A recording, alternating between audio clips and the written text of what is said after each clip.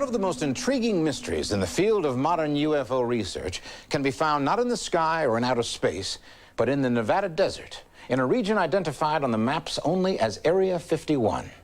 There, in the vicinity of the dry bed of Groom Lake, this complex reportedly operates day and night, seen by countless witnesses and photographed time and again. And if the rumors about it are true, this installation is the hiding place of one of the most amazing secret projects of this or any other century. And clearly there are secrets of some kind in this mysterious complex, because according to official government maps of the region, the entire installation simply does not exist. Why is this desert base such a secret? Is the truth about its purpose related to the continual sightings in the area of UFOs? After the Lazar story broke, the UFO watchers came here and discovered this land. They came here in four-wheel drives to overlook this secret base. In a recent interview, Robert Lazar claimed he was employed between 1988 and 1989 as a research specialist at a hidden base even more secret than the Groom Lake installation. When I went to work, I was flown from McCarran Airport in Las Vegas to Area 51. From Area 51, I was bused to an even more highly secure facility located about 15 miles south of Area 51 called S4. S4 is situated at the base of the Papoose Mountains by the Papoose Dry Lake bed. The S4 installation is built into the mountain, and the 9 hangar doors are angled at about 60 degrees. These doors are covered with a sand-textured coating to blend in with the side of the mountain and the desert floor. According to Bob Lazar, it was in this hidden base that he worked on disc-shaped flying craft that were based on technology given to mankind by beings from another planet. So not only did I read briefings, and not only was I taught the theories of these technologies, but they were demonstrated for me, and I know they are true and accurate. Lazar went on to claim that there are several fully working flying discs at the S4 facility, but only one on which he personally worked. Because of its sleek appearance, I nicknamed it the Sport Model. The Sport Model is about 16 feet tall and 40 feet in diameter. The center level of this disc also houses the control consoles and seats, both of which were too small and too low to the floor to be functional for adult human beings. If the story Lazar tells is true, then this design is no mere fantasy, but a reality, and proof positive that Earth has been visited by intelligent beings from another planet. Could the U.S. government actually have one or more UFOs in their possession and kept such a secret from the public and the press for almost 50 years? And if the story has already been told, why is the government still taking such extraordinary measures to try and keep the base hidden? According to this research by the Salt Lake Tribune in September of 1993, Air Force Secretary Sheila Whitnow requested control over nearly 4,000 acres of publicly owned land out in the Nevada desert in the Nellis Range complex. Glenn Campbell has dedicated the last few years to breaking the wall of secrecy around Area 51 and the mysterious base at Groom Lake. Area 51 is a small block of land that is simply the best known of the secret areas of the Nellis Air Force Range complex. Behind that, we have vast areas of desert. Until the early 1980s, it was actually possible to drive up to the Groom Dry Lake bed and look across and see the base in the distance. It was a secret base, but an open secret. In the mid-1980s, the military seized an entire mountain range, the Groom Mountain Range, to keep Soviet spies from looking down on this base. At that point, the base became non-existent.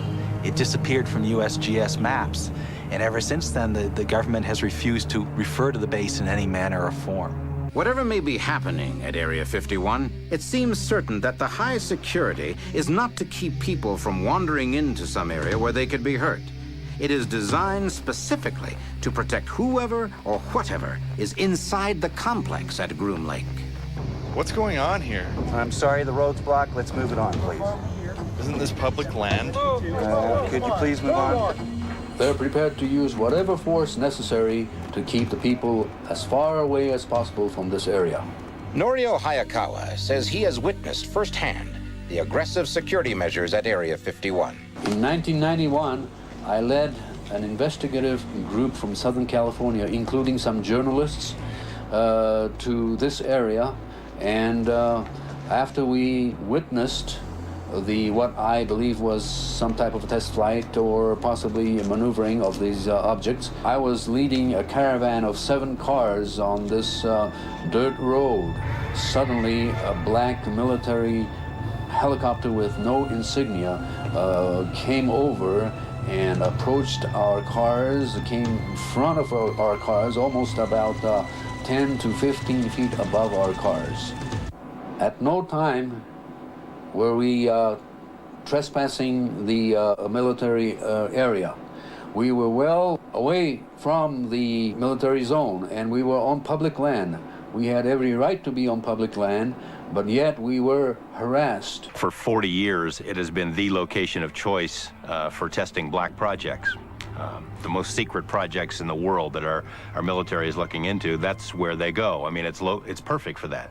It's ringed by mountains. It's in the middle of nowhere. It has, I'm told, surface-to-air missiles in case planes fly over that aren't welcome there. It has motion detectors in the ground. It has ammonia detectors that can sense the smell of ammonia in human skin. It has surveillance cameras to see who's looking down on the base. So it is an extremely secure location. Of course, these kinds of security measures have been taken in the past around top-secret military installations. Could it be the next generation of high-tech weaponry is currently being tested? Particle beams, high-powered lasers, or space weapons? Or could it be something else entirely? Many of us have devoted a lot of time and energy to research on what's going on at Area 51, but no question in my mind that a new type of technology is being developed. We have seen aircraft over there at Area 51 above the Groom Mountains that definitely resemble what's known as flying discs or flying saucers.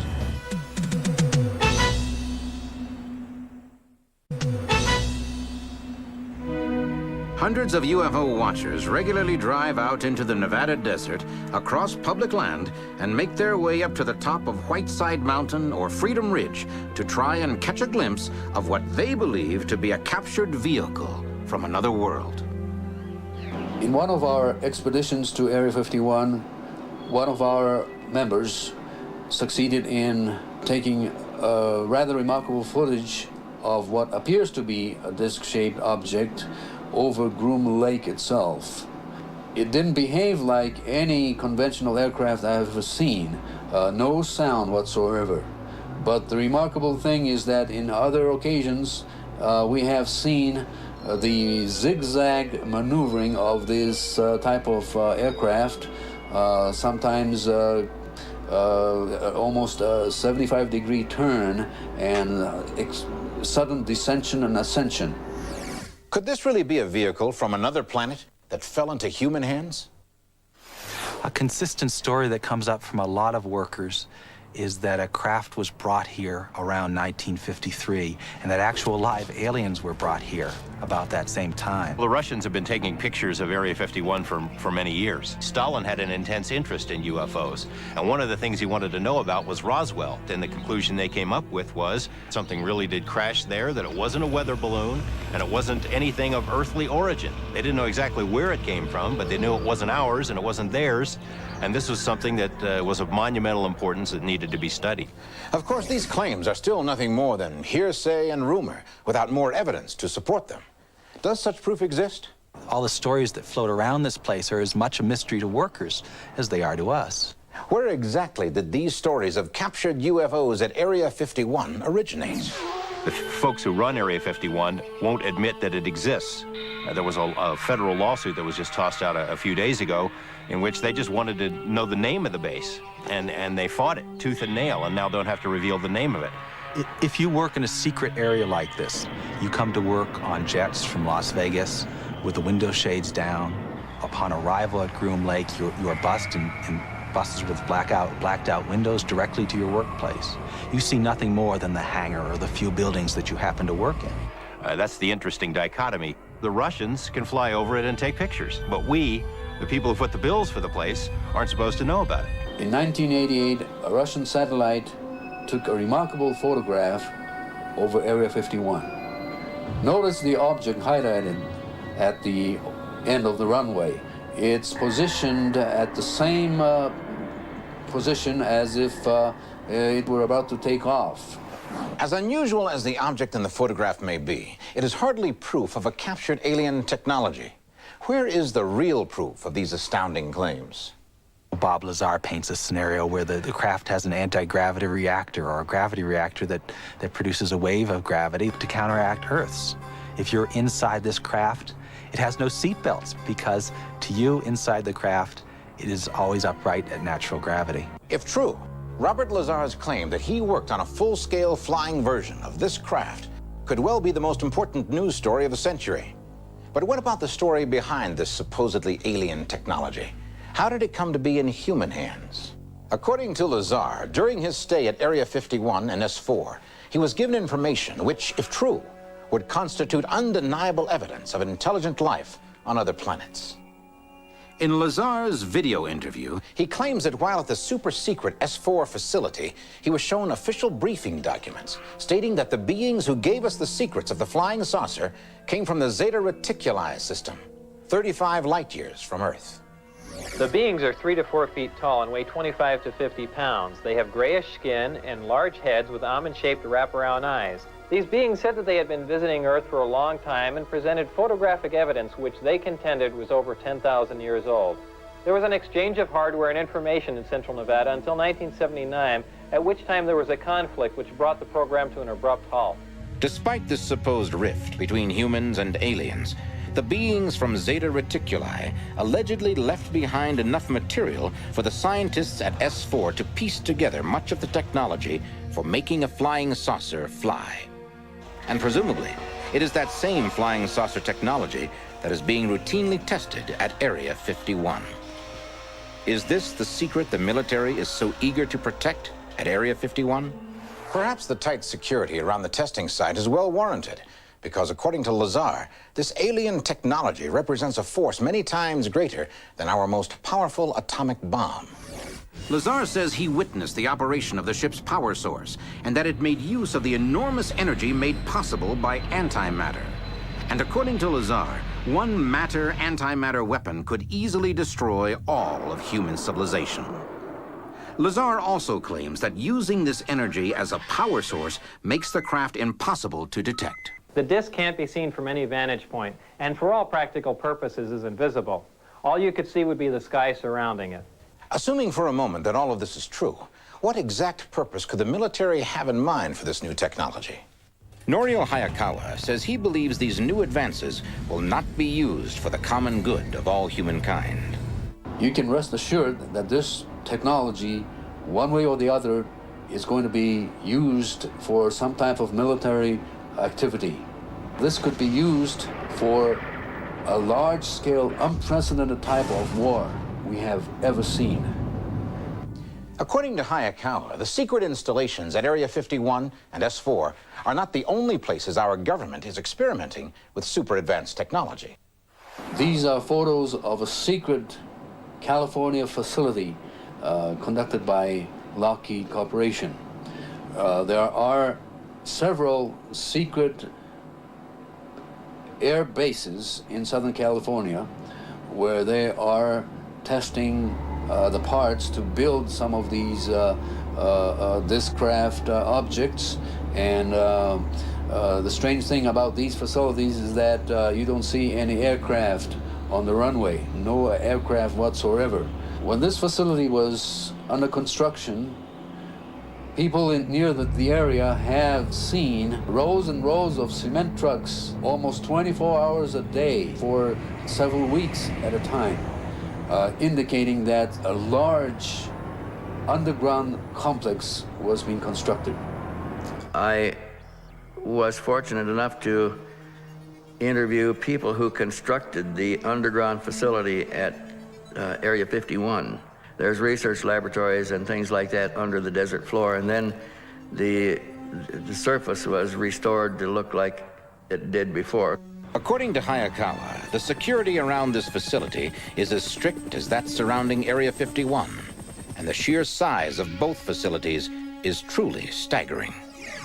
Even if some secret project of gigantic proportions really is going underground in California and Nevada, does that mean the technology is being developed for hostile purposes? To be honest with you, I would not be surprised that some abductees are taken to some U.S. underground facilities. And if that is indeed the case, there again, we're dealing with a criminal case here that involves total violation of our constitutional system. Can these stories actually be true? Have UFO abductees been brought by force to Area 51? Is there any evidence to support these frightening claims? In Robert Lazar's video, he claims that the S4 facility near Area 51 is hidden inside a mountain in southern Nevada with 9 giant hangar doors textured to blend in with the surroundings. Incredibly, this matches the description given by some people who claim to have been kidnapped by the occupants of a UFO and then taken to a mysterious underground facility. Abductees have been taken to places that they have assumed were underground facilities. Abductees have also reported that they have seen what appeared to be U.S. military people involved in their abduction. And yet, there are also those who believe that the military is developing this technology for the protection of the human race from an alien invasion. I don't think the government or the military believes that we face a major threat from anybody on this planet, that our greatest threat literally comes from someplace out of this world. Others believe the government is only interested in protecting itself. They started infiltrating UFO organizations. They spied on UFO researchers. They put out false information to muddy the waters. They actively encourage this laughter curtain, a policy of ridicule that anyone who sees a UFO is crazy. Well, anyone who sees a UFO is not crazy. That's just the prism through which we view this now. The government's done a very good job of disinformation, of clouding the whole issue. It's an underground military presence that is vast.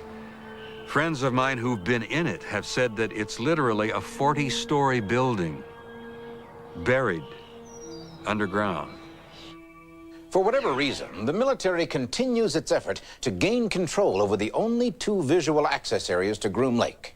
The public demand for an explanation to the mystery of Area 51 is growing every day. If UFOs are real, the government has perhaps a legitimate interest in avoiding panic and making sure that society does not overreact to this situation. Purportedly, UFOs have been known to the government since the 40s and 50s. During that time, there was a lot of hysteria about communism, about world affairs. If you were to introduce UFOs at that time, perhaps there would be mass hysteria. Perhaps there would be a shaking of the foundations of our society. So much of what has been said about Area 51 and secret installations is, after all, little more than hearsay. Is there any real proof? Any indisputable evidence that alien technology is being tested and used at Area 51? Could it be that locked deep beneath the desert floor, there is an alien spacecraft? Is it possible that behind the tightest ring of security in our history, there actually exists proof positive of life on other worlds? And if that proof is there, it brings up another, even more profound question. Would the world be better off if that startling disclosure were reserved for some future chapter of UFO Diaries?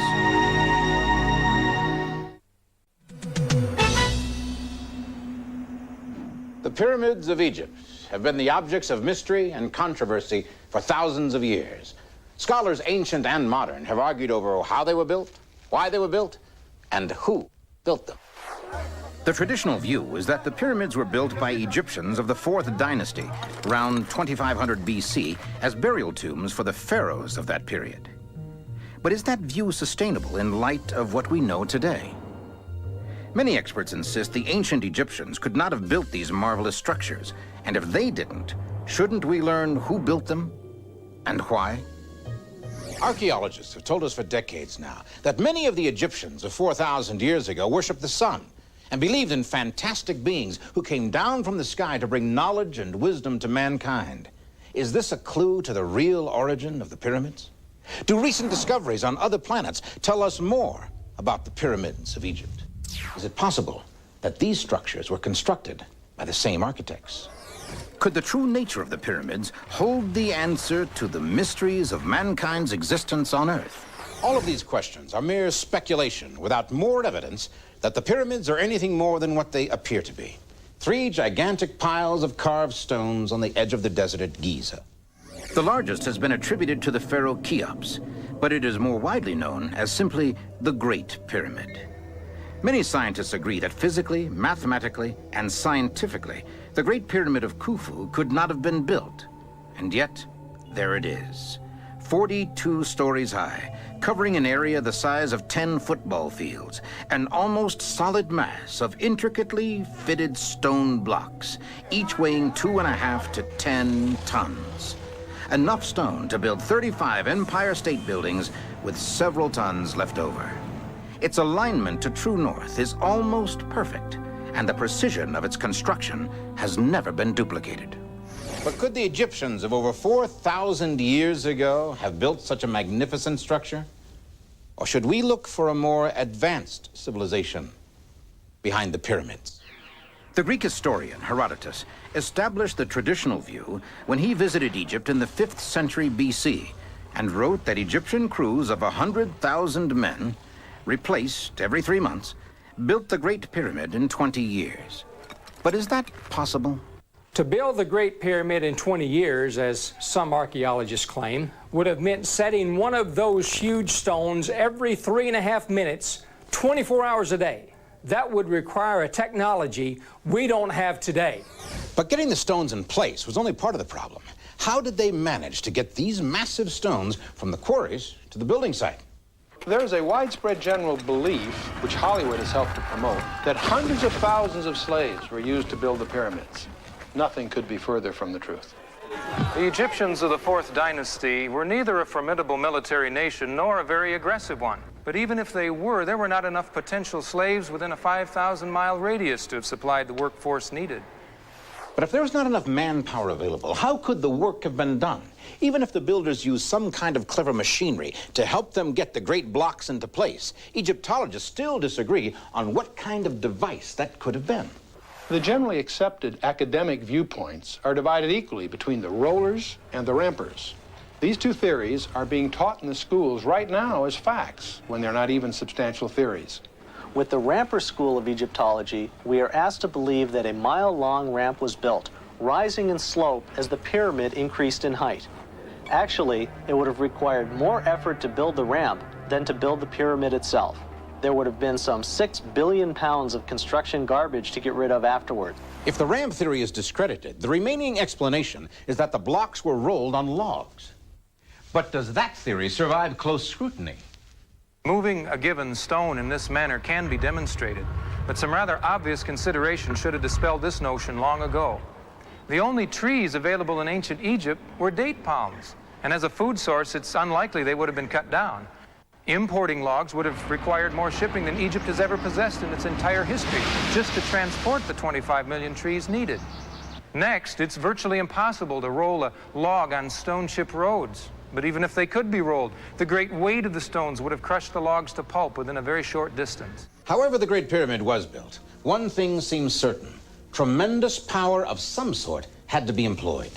Since the ancient Egyptians, so far as we know, were dependent solely on muscle power, and that seems insufficient to the purpose, what was the force that put all those gigantic stone blocks so carefully into place?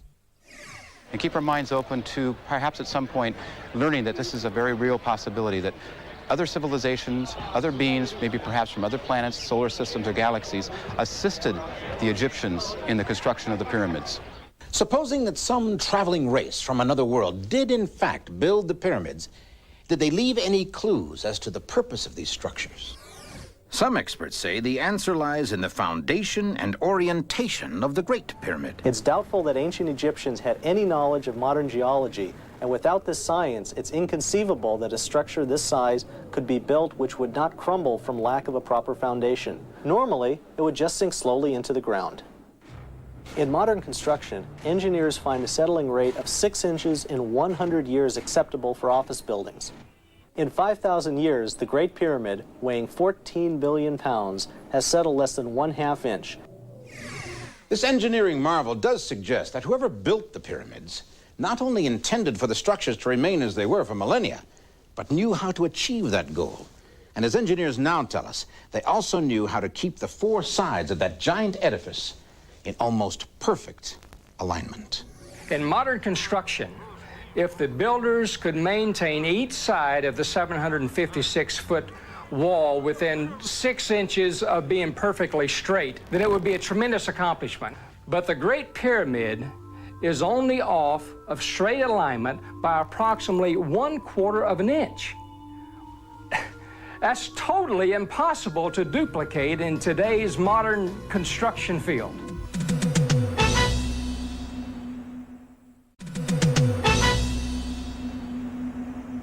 We know that whoever constructed the Great Pyramid at Giza built it so that it would last a long, long time. Archaeologists tell us that the structure was originally covered with a protective stone coating, making the sides perfectly flat and smooth. That outer surface was broken apart and used as building materials during the construction of the city of Cairo. But the pyramids themselves still remain unharmed. And we've already heard how the pyramid is unique among all buildings on Earth in its refusal to settle into the ground, as other giant monuments inevitably must. Apparently, whoever built the pyramid wanted it to be left exactly as it was. But why? What was its purpose? And was its preservation important because they planned to use it again someday? In the early 1950s, translation was begun on a vast library of cuneiform tablets that had been discovered many years earlier in the ruins of the Library of Nineveh, the oldest written record known to science. One passage of the text seems to describe the pyramids of Egypt. Sumerian texts are believed to be over 10,000 years old, 6,000 years older than the Egyptians who were supposed to have built the pyramids. But if the Sumerian translation is accurate, the pyramids were already there before the first pharaoh was born. If all of this is true, then these ancient tablets may hold the answer to the true purpose of the pyramids. Dr. Zechariah Sitchin has spent years studying the mysteries of these Sumerian writings. Based on evidence provided by Sumerian texts, it appears that the Giza pyramids were built as beacons by extraterrestrials as part of a landing corridor ending at a spaceport in the Sinai Desert. An intriguing and exotic theory. But how could the pyramids be of use to travelers from another world? After all, as large as they are, they're not visible from outer space. Some people suggested there is a vortex of energy coming out of the great apex of the pyramid, and that it actually expands in diameter as you go higher above the pyramid. But for this theory to be credible, the pyramids would have to radiate energy, which an ordinary pile of stone simply does not do. But are the pyramids different in this way? The pyramids are essentially crystalline in structure, and therefore highly receptive to radio-like energy waves or even cosmic microwaves. The Great Pyramid at Giza, with its 5 granite slabs above the king's chamber, are what the ancient Egyptians called spirit stones. And they could have been a massive receiver-transmitter tuned to some distant part of the universe of which we are still ignorant. There's a vortex of energy emanating from the apex of the pyramid, which actually expands in diameter as it rises higher and higher into the heavens. A simple example of this emanating apex energy was first demonstrated by British inventor Sir W. Siemens. When he drank from the wine bottle he brought along, he experienced a slight shock as the bottle touched his lips. The electrical activity intrigued him so much that he took a wet newspaper, wrapped it around the bottle, converting it into a crude electrical accumulator, which most high school science students would recognize as a Leyden jar. Although we don't know why or how, the Great Pyramid seems to be an accumulator of energies.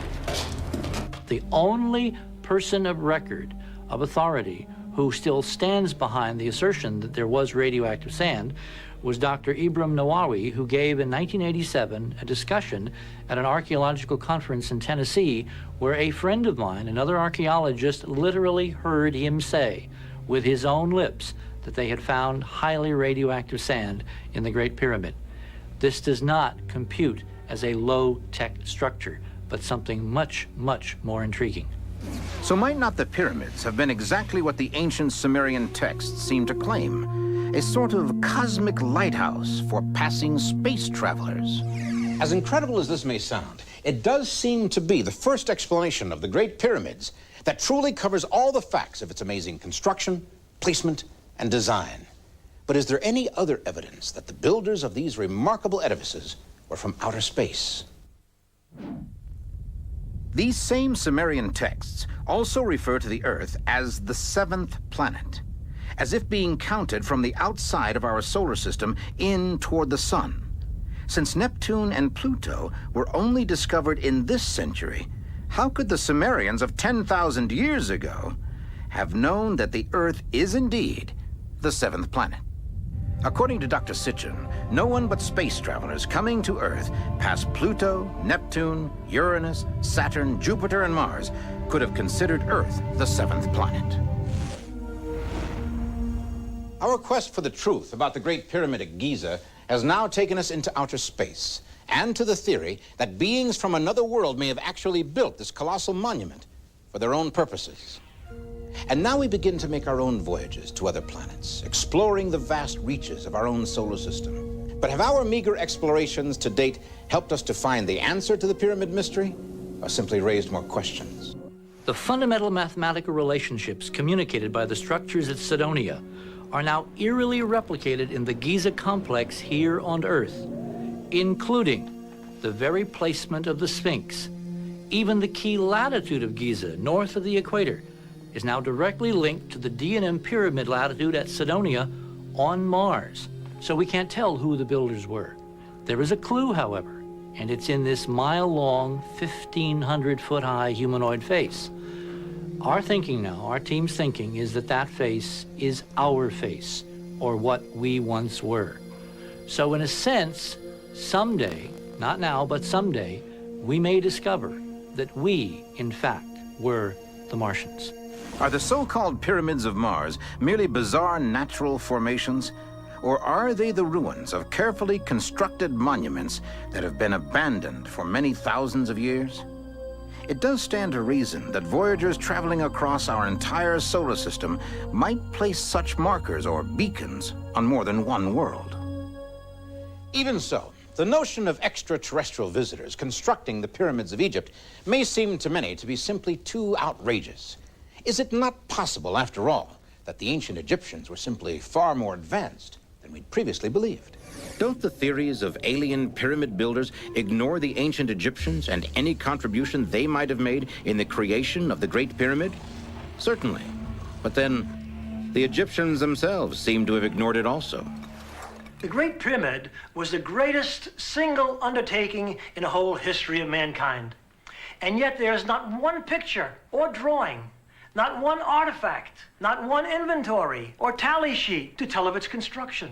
The Egyptians left us some 3,000 years of written and pictorial history, covering virtually everything that happened in their culture, from babies being born to plowing and harvesting, building, weaving, sacrificing, praying, embalming, but nothing about the pyramids of Giza.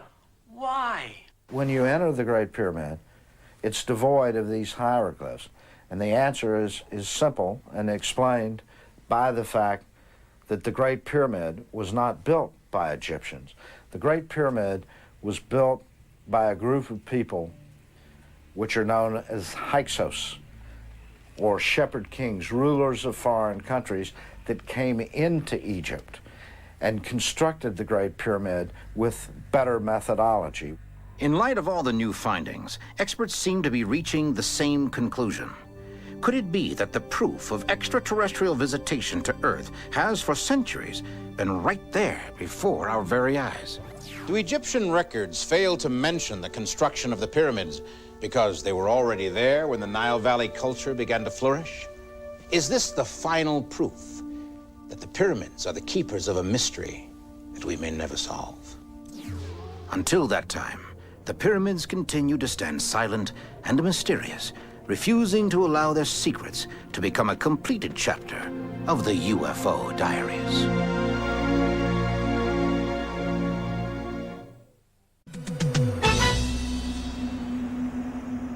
In recent years, many people have come to dismiss the so-called mystery of the Bermuda Triangle in the same way they would a superstition or a fairy tale. But given the growing body of evidence that many things are happening there that are beyond our understanding, there seems to be a pressing need to examine the legends and the facts about the Bermuda Triangle. To many, the Bermuda Triangle is nothing more than the nickname given to an area of the mid-Atlantic, roughly cornered by Florida, Puerto Rico, and the island of Bermuda. But is it anything more?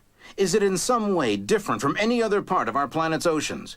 According to many who study the mysteries of the Bermuda Triangle, since 1945 alone, there have been over 1,000 vanishings of everything from huge naval vessels to private boats, from small planes to commercial airliners. But of course, not only the craft disappear forever, but all the people on board them as well. I think the most spectacular mystery about the Devil's Triangle is probably one of the ones that's more played down than any other, and that's the disappearance of the Navy ship USS Cyclops. This was a 500-foot, 19,000-ton coaling ship, and this took place during World War I.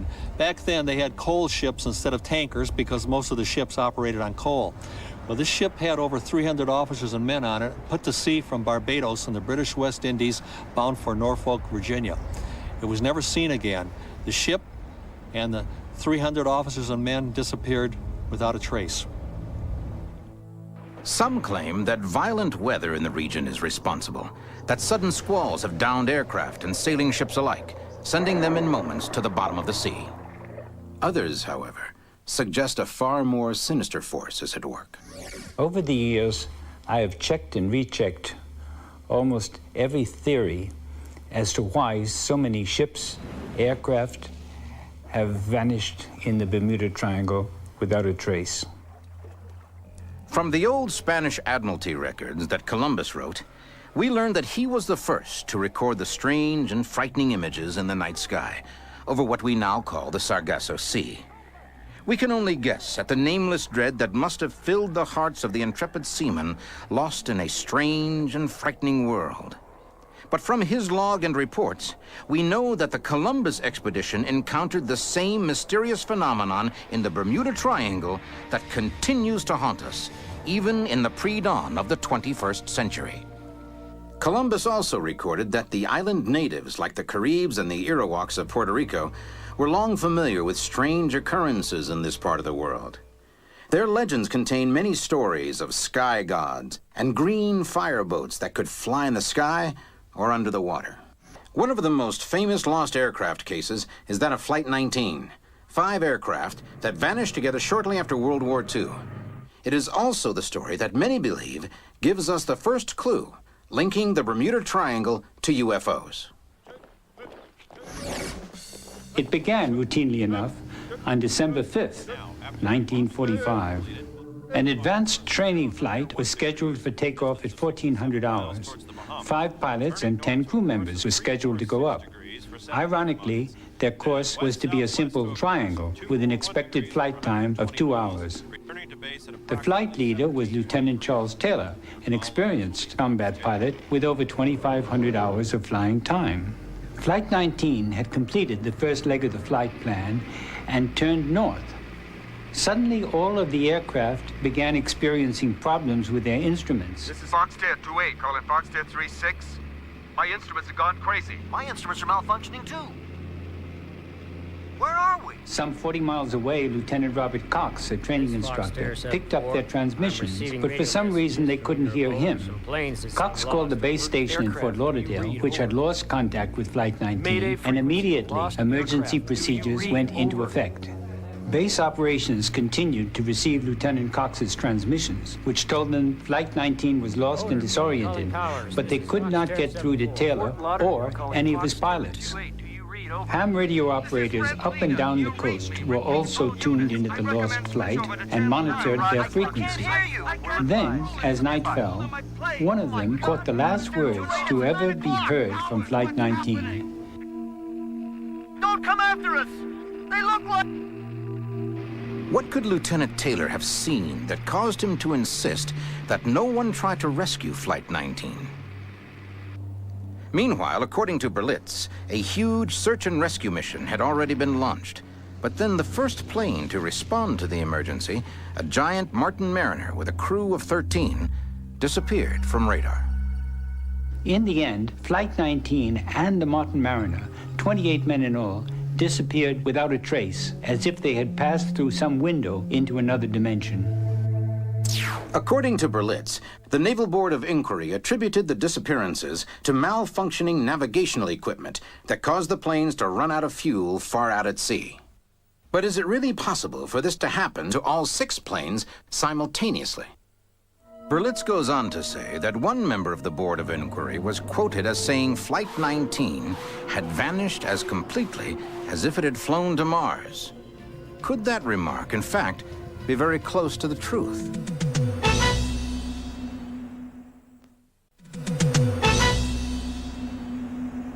Few people would deny that many strange and unexplainable events have transpired in the Bermuda Triangle. But is there evidence to support the stories of UFO activity? UFO activity different from that observed in any other part of the world?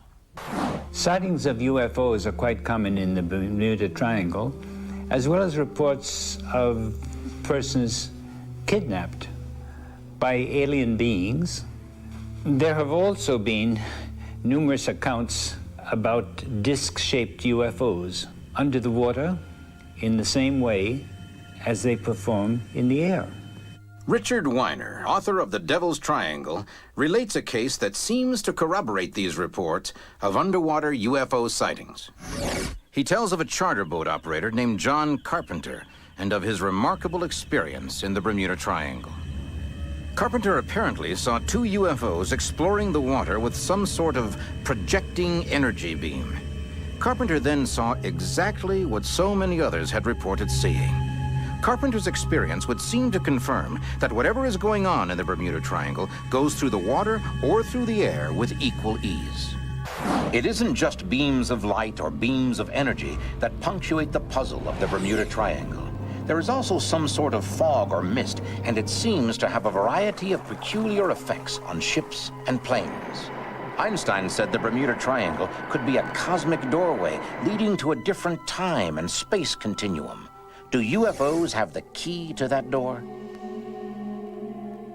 We're dealing with something which is interdimensional. We're probably dealing with something which has been around for a very long time, not just since 1947. The UFO phenomenon is something highly complex and is composed of many, many different aspects. Well, you have to ask the question, are they from another planet? We don't know the answer to that. A lot of people believe they're extraterrestrial. A lot of other people believe that they are from other dimensions, parallel universes, time travelers, that they're us at 2 million years in the future, maybe separated from our reality by some thin psychic membrane. UFOs have often been seen in the area by many witnesses, and a beam of intense energy has figured prominently. But other witnesses tell of a greenish glow or mist. Charles Berlitz has recorded for us the case of Chuck Wakely, who was piloting for Sunline Aviation in Miami. Wakely had completed a charter run to Nassau and was headed back to Miami. According to him, the sky was perfectly clear.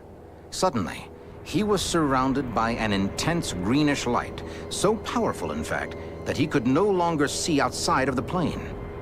Wakely said his instruments then began to malfunction badly. Soon, there was little he could do but release the controls and let the plane fly itself. Then, according to Wakely, the glow just as suddenly faded and everything returned to normal.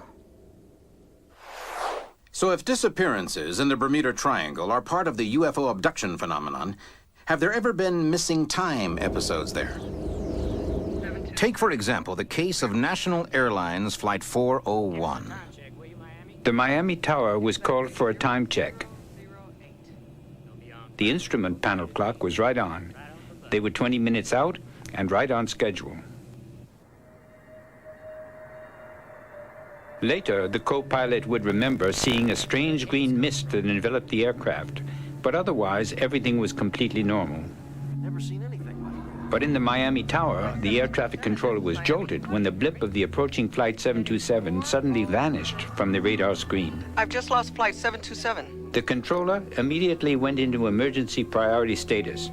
Within minutes, the Coast Guard Search and Rescue Squadron was in action, and the Miami airport prepared for the worst. I think my watch is broken. When the flight attendant checked for any last-minute instructions, she couldn't believe she had completed her usual 10 to 12-minute cabin duties in less than 3 minutes. and the co-pilot was surprised to discover the greenish mist that enveloped the aircraft since the time check was gone, not only from about the aircraft, but from the sky itself. Precisely 10 minutes from the time Flight 727 had vanished from the radar screen, it just as suddenly and mysteriously reappeared.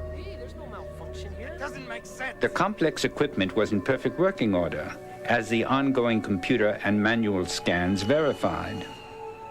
Flight 727 landed without incident, with the crew understandably curious about the emergency equipment along the runway. And they were all incredulous when told that their arrival was 10 minutes late, despite the fact that the instrument panel clock synchronized exactly with the earlier tower time check. It was now, along with every one of the crew's watches, 10 minutes slow. And what of that green fog? Could it somehow identify the doorway into another time? Captain Don Henry tells us of his terrifying encounter. We were coming back from Puerto Rico on the good news, with a tow of 2,500 ton on 1,000 feet of 4-inch hawser. Beautiful weather. You wouldn't want for a nicer day anywhere. I was enjoying some downtime in my cabin when the electric started acting up. We checked the whole system. Generators, breakers, shunts, just fine. Nothing wrong below. But topside, there weren't anything right. There was a funny-looking fog, I guess you'd call it, kind of oozing all over the barge. I figured I'd better take another good look inside, and that's just about when that blow smacked into us.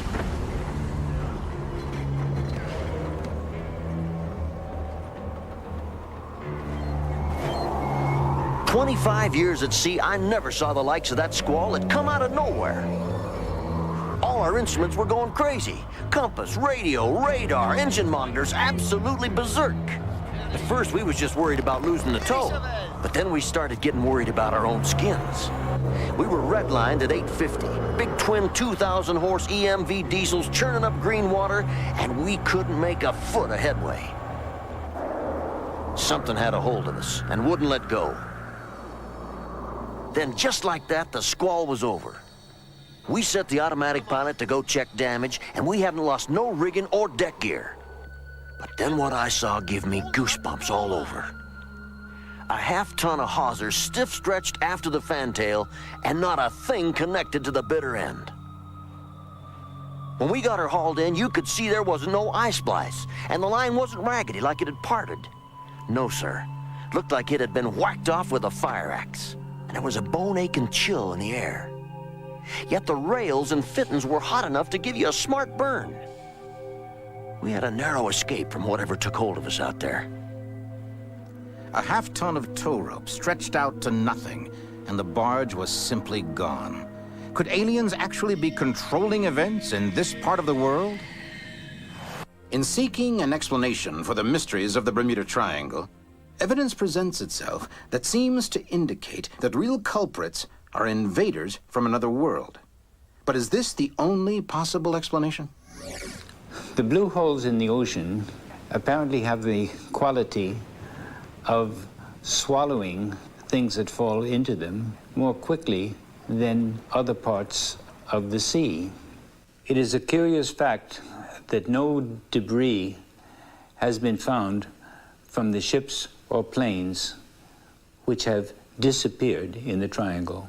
It has even been suggested that for some reason it has been important to take ships and planes intact to somewhere else. About once a year, some salvage crew will claim they found one of the missing TBM Avenger torpedo bombers. The most recent one took place right off Fort Lauderdale a few years back. They said they found 3 or 4 planes together on the bottom, and that sounded really like they had found the missing Flight 19. But doing a little research, I found out that after the war, they had a lot of planes or TBMs at the Fort Lauderdale Naval Air Station that they had cannibalized parts off of for other planes. And they couldn't fly those planes out, so to get rid of them, and they were surplus and of no use to the Navy anymore, they loaded them on barges at Port Everglades, took them out to sea, and shoved them overboard. And my theory is that's what the 3 or 4 planes they found off Fort Lauderdale were.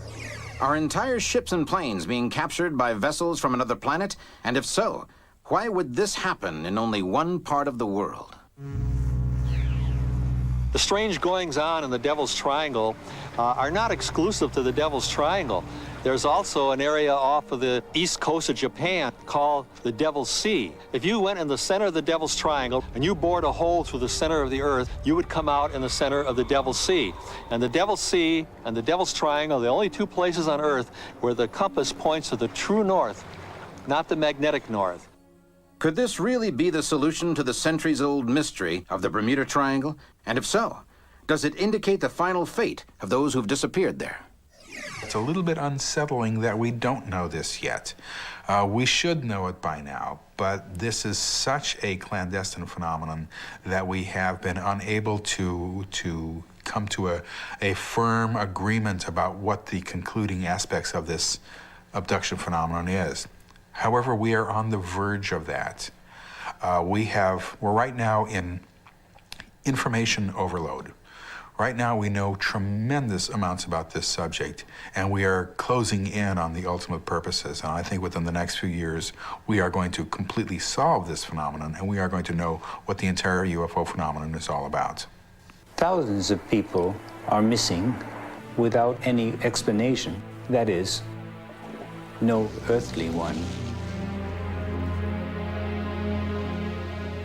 Perhaps we will someday know if alien visitors are indeed the culprits behind the disappearances and the missing time episodes in this most remarkable corner of our world's oceans. But until then, the terrifying phenomenon of the Bermuda Triangle remains another unexplained mystery in the pages of UFO diaries.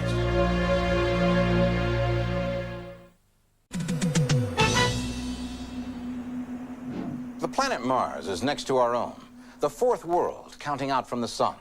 Barren, perpetually cold, and with a thin atmosphere of poisonous gas. Surely no intelligent life could survive there. The surface of Mars, we now know, is covered with meteor craters, gigantic mountains, and deserts that reach around the entire planet. And one thing more.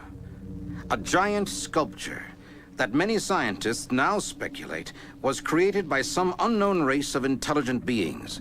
And if it is what it appears to be, what does that have to do with Earth? Mars is our nearest and most reachable galactic neighbor, but for some as yet unexplained reason, trying to study this planet has met with failure after failure.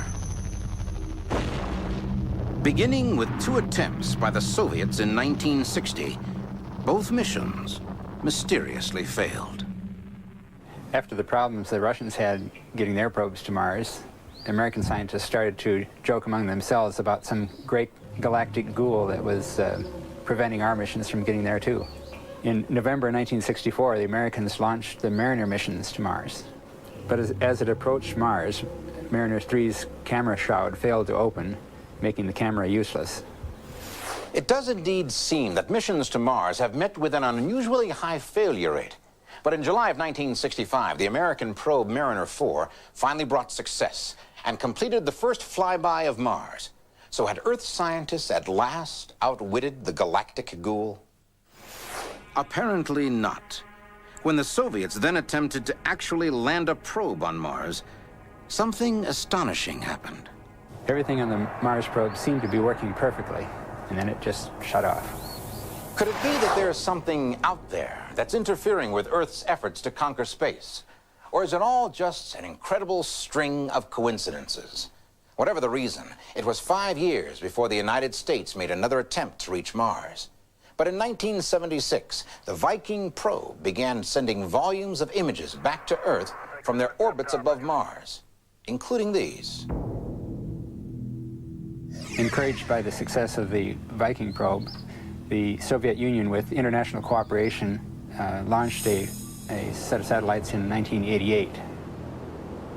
Phobos 1 never even made it to the planet. At some point, it just disappeared. Phobos 2, the probe that was sent up to look at one of the moons of Mars, apparently encountered something very strange, of which the Soviets had a picture that did surface in the United States. Of a very massive elliptical-shaped object. The NASA individuals here that may know about it, of course, would never make a comment on it. And then it too disappeared. Has this bizarre string of space disasters occurred because we caught a glimpse of something we were not supposed to see? Has the Viking space probe presented us with a mystery that is unsolvable?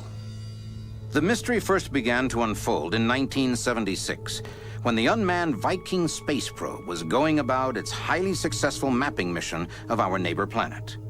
When the images that were transmitted back to Earth began to be analyzed, this surface feature in a region designated as Cydonia caught the attention of people all over the Earth. The initial official reaction from NASA about this photograph is that it was just a trick of chance sunlighting. Certainly no one believed that there was a huge carved face on the surface of Mars. Besides, who could have made such a thing? No one believes in the science fiction version of men on Mars. And we know that Mars is not capable of supporting intelligent life as we know it. So the idea of this being a creation of intelligence was not even considered by NASA. Despite all of this, when the image was first recorded, it was labeled head. Then we went through the archives to see if there was any other satellite passes over that same area. NASA said there wasn't at first, and we looked through their archives and found one. And there, just as before, there was a face with a higher sun angle, showing more detail than before. And images of the eyes showed pupils, and of the mouth area showed teeth. We were very impressed. These two separate frames, identified by their NASA frame numbers 35A72 and 70A13, also contain considerable detail about the surrounding area, revealing several other images that DiPietro and Molinar found as exciting as the mysterious face. About 10 miles away from the face is a couple of pyramids. And the strange thing about those pyramids is they're very regular triangular shape. In the corner of each corner there appears to be a buttress, and on close examination the buttress itself is pyramid shaped. Was this undeniable proof that an intelligent race had once lived on the planet Mars? This would be really, really remarkable for this to be a natural formation.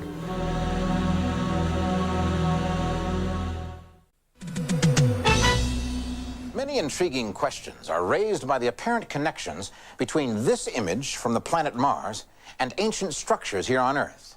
Perhaps the most intriguing being, does this image on the surface of another planet give us important clues to the origins of ancient structures on our world? Richard Hoagland's study team may have uncovered proof that one of our oldest relics was not built by human hands. And as I began looking at some references and books and talking with colleagues, this was a sketch done by Shannon, one of our early artists on the team, we both realized that this image was somehow trying to tell us something profound. It was trying to say this. Could the resemblance between the face at Cydonia and the Sphinx at Giza be more than a mere coincidence?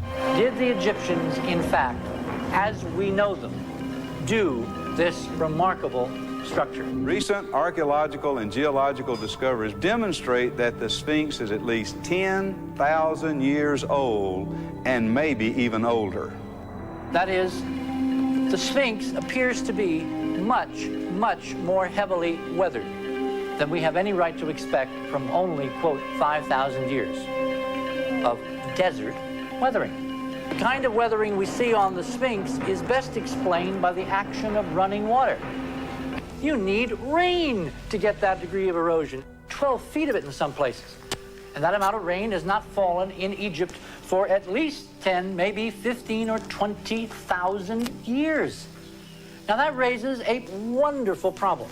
It means that we're now looking at a monumental work of art created at a time when nobody else on planet Earth is supposedly able to do anything of that magnitude or scale. There's no other contemporary civilization to pin it on.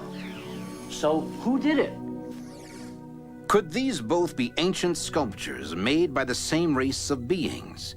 If so, who or what is this face intended to represent?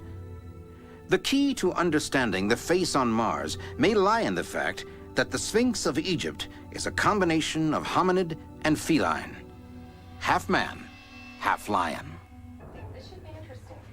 Hoagland's researchers, in comparing the two images, made an amazing discovery. Half lion. Maybe there's a connection.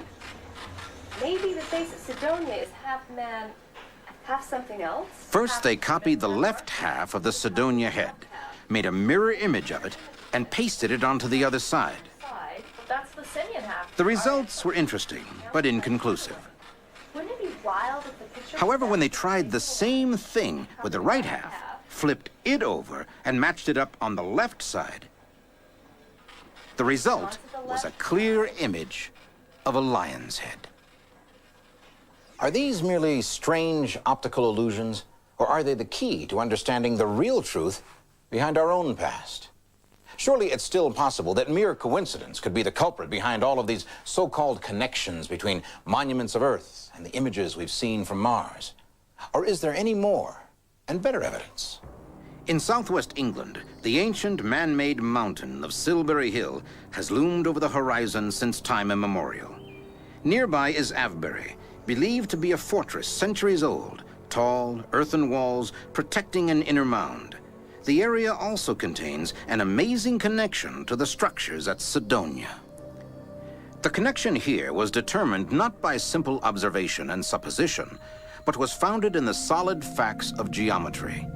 The question was, what if the ancient ruins in England corresponded in size, shape, and dimension to the features on the plain of Cydonia?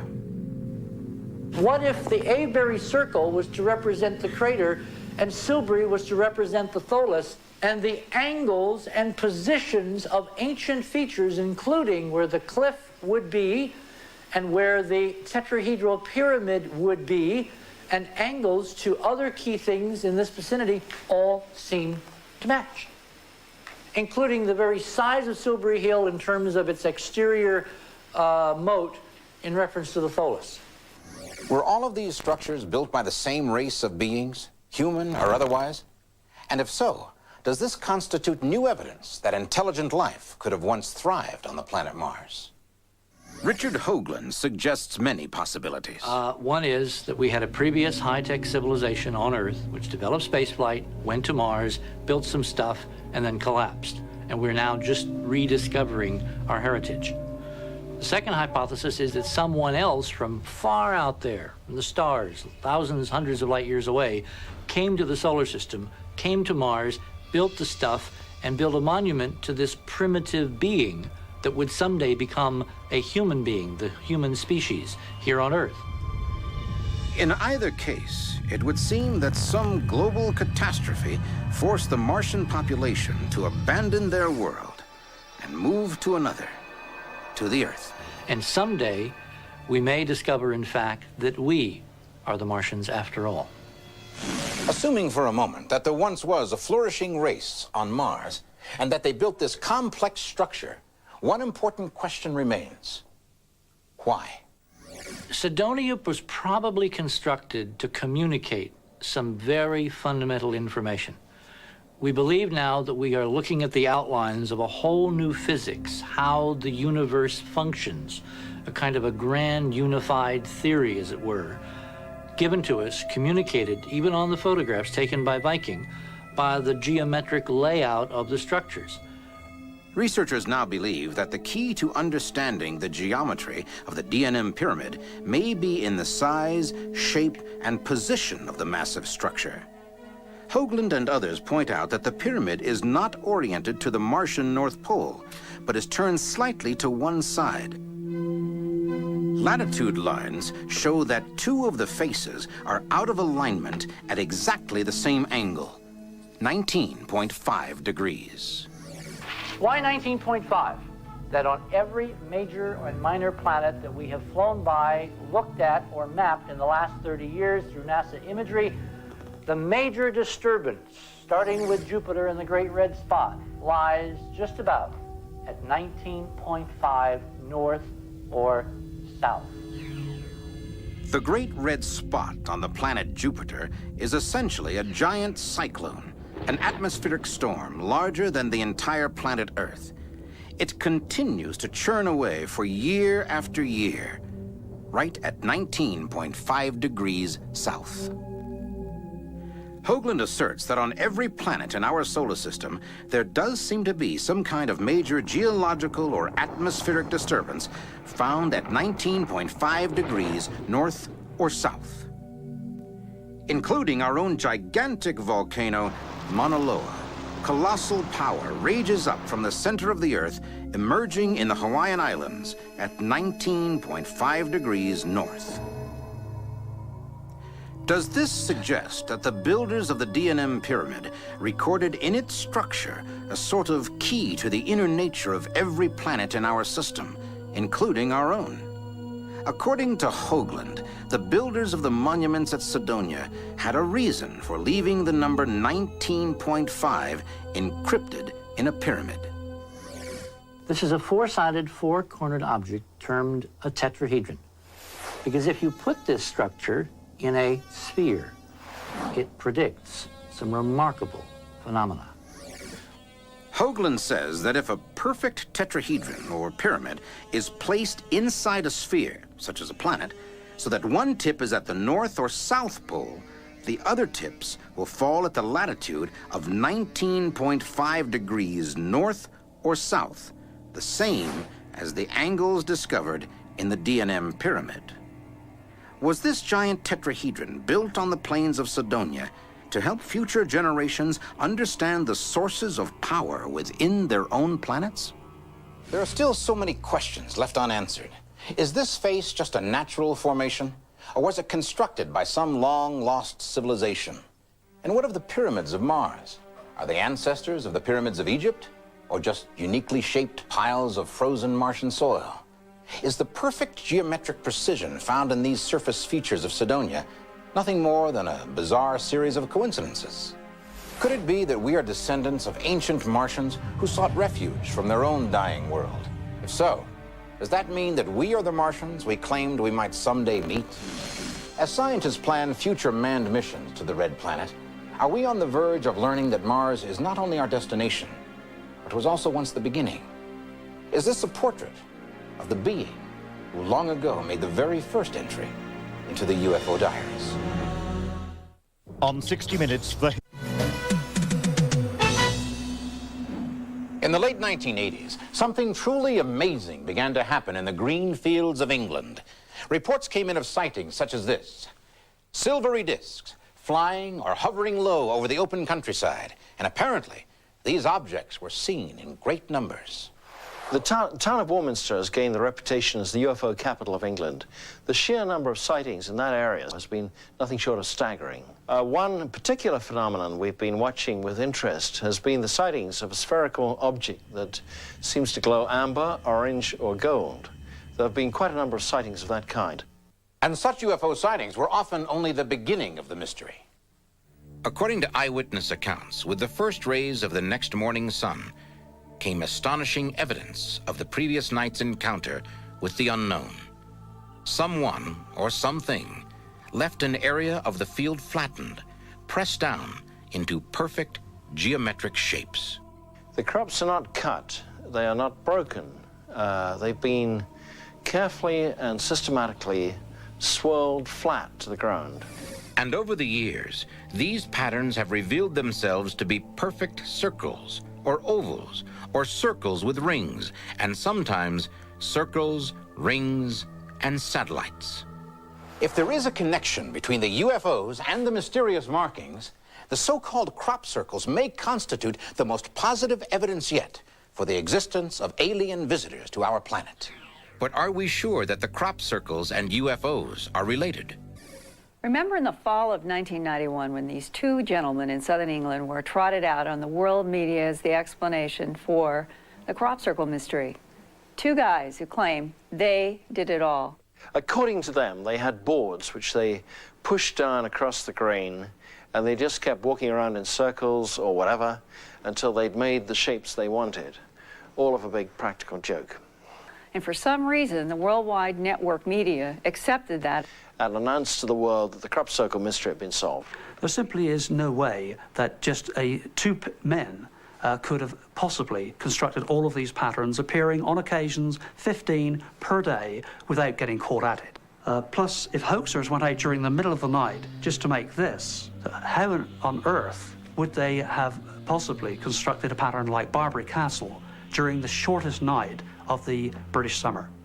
It would have taken a team of hoaxers days, and it appeared simply overnight. Crop circles like UFOs are a worldwide phenomenon. The U.S. and Canada, Australia, Japan, they're all over the place. I heard some reports about them in the Soviet Union as well, in the former Soviet Union. They're a worldwide phenomenon, and the idea that two old English barflies are flying all over the world creating these things is patently ridiculous. Furthermore, many crop circle experts say the markings in the fields are perfect geometric figures, often accurate to within less than 1/4 of an inch. And yet, is it not possible that all the crop markings really are hoaxes? Even if Doug Bauer and Dave Chorley didn't make all the crop circles, might not the real culprits be hundreds of hoaxers all over the world? People that believe crop circles were made by human beings are overlooking some very important features of the crop circles. They are interwoven and intricately laid, not at all the way that they would be crushed to the ground if people stamped them. Current evidence seems to suggest that crop markings are created by some kind of aerial phenomenon, possibly a flying craft of extraterrestrial origin. But do we know that for certain? Much of what we've learned about the formation of crop circles has been based on eyewitness testimony. A young woman told us about a globe-shaped UFO from which came a beam of light she described as being brighter than white. A beam of light which struck down across the dark sky into a field near the ancient mound of Silbury Hill. In that field was discovered the next morning a Celtic cross pattern of crop circles. Usually that's considered to be extremely good evidence. But in the case of crop markings, the most striking proof may come from what is not seen. Several people claim to have witnessed the formation of crop circles and state they did not see any silver discs or globes or tubes floating in the sky above them. In fact, all they saw was absolutely nothing that was causing this effect. There was no whirlwind or anything like that. And so it truly seemed that the stalks of grain were simply falling over of their own accord. We have more than 70 reports worldwide of people who claim to have seen things form. People describe frequently a buzzing sound. They will see the plants oscillating, whiplashing, and suddenly the effect takes place. And in less than 15 seconds, like opening up the fan, the plants are swirled and are lying to the ground. Many people describe seeing glowing lights, beams of light entering the area. Some describe as the golden ball of light enters the area, a loud explosion, a loud retort, a bang, at the same time as this particular effect takes place. The Centre for Crop Circle Studies kept a close watch on the English countryside throughout the summer of 1991. On June the 22nd, 1991, 3 of the observers spotted a glowing orange or golden ball hovering in the sky, then moving away at a fantastic speed. Unfortunately, there were no crop markings that appeared on that night, but other markings had appeared on other occasions within just 1 kilometer of that location. Then, Colin Andrews and his surveillance team were more fortunate. We set up a sophisticated surveillance operation in 1991 in which we deployed radar, low-light cameras, infrared, and we even stationed some dogs from a nearby farm in the field there. We secured the whole field with security, intruder infrared beams, and we're convinced that no human being, certainly, could enter that area without us knowing about it. But early that morning, we had fog formed, and without any effect on any of the equipment, no radar returns whatsoever, from the center of that fog as it melted away was indeed this intricate pattern. Is that the purpose of the crop markings? For everyone to see them? Are they a message to humankind from some other form of life? As the years have gone by, the crop markings have been changing. They've been becoming increasingly complex and increasingly pictographic. In fact, many people now refer to all crop markings as agriglyphs, which simply means crop writings. If the agriglyphs are messages from some other life form, what do these messages say? And is there any way to decipher the code of the crop circles? Many people believe that the meaning of the markings is related to the place where they are found. For example, in England, the vast majority of the markings have appeared in the area around Stonehenge, and also Silbury Hill, which is the oldest and the largest man-made mound in all of Europe. In fact, one of the most remarkable agroglyphs ever found appeared with its axis pointing directly towards Silbury Hill. Since we know that Stonehenge and Silbury Hill were the works of an ancient culture with a surprising knowledge of astronomy, we may wonder if whoever is making these symbols in the crops in this area didn't give them this knowledge thousands of years ago. Could UFOs have been common visitors to southwest England throughout its history? If so, it might explain at least one curious coincidence. In the region of the June 1991 sightings of the golden balls in the sky, there are numerous hills that still carry the names they were given hundreds of years ago. Is it significant that one of those was long ago named Golden Ball Hill? It is possible that someone has been trying to contact us for a long, long time, but that we haven't understood how to receive this message. I believe the crop markings are indeed messages, but not perhaps letters or words as we might think of them. I believe they are messages to the subconscious mind, a reminder of some deeply hidden part of ourselves that knows we are just one of many intelligent races in the universe. These extraterrestrials have been manipulating life on this planet for eons. If these are being formed by extraterrestrials, I guess we should at least be comforted in the fact that they have attempted at communication. If these are communiques, what is the message? Are the governments of the world telling us all we need to know? Are we only now deciphering what may be a centuries-old warning? As the crop circles increase in complexity, at some point, perhaps the creators will make themselves known.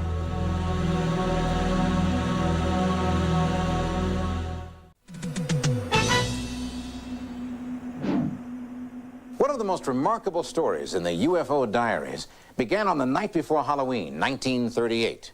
The famous actor and director Orson Welles led his Mercury Theater of the Air in a radio drama in the form of a news broadcast, telling their listening audience that invaders from Mars were rapidly conquering the entire Earth. In spite of announcements telling everyone the show was dramatized, thousands believed it was a real event, and panic broke out across the country. Orson Welles and the members of the Mercury Theater seem to have proven that a story about invaders from another planet could be readily believed by thousands, even when there's not one scrap of truth behind it. For all practical purposes, they had invented the UFO hoax.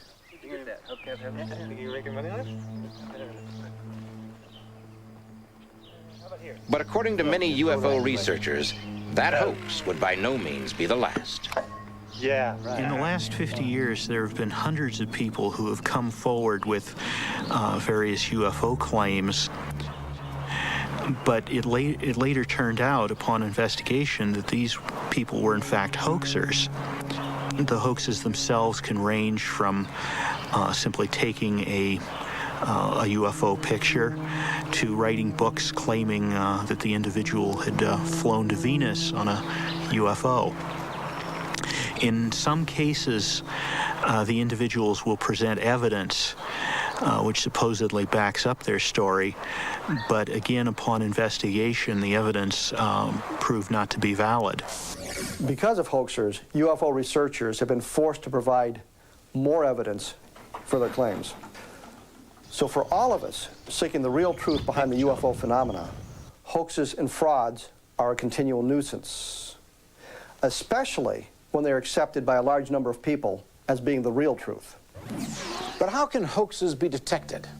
What methods do UFO researchers use to determine the credibility of a UFO report?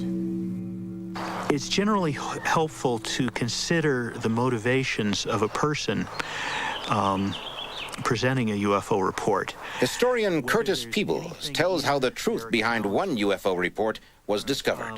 In 1950, a man named Frank Scully wrote a book titled Behind the Flying Saucers.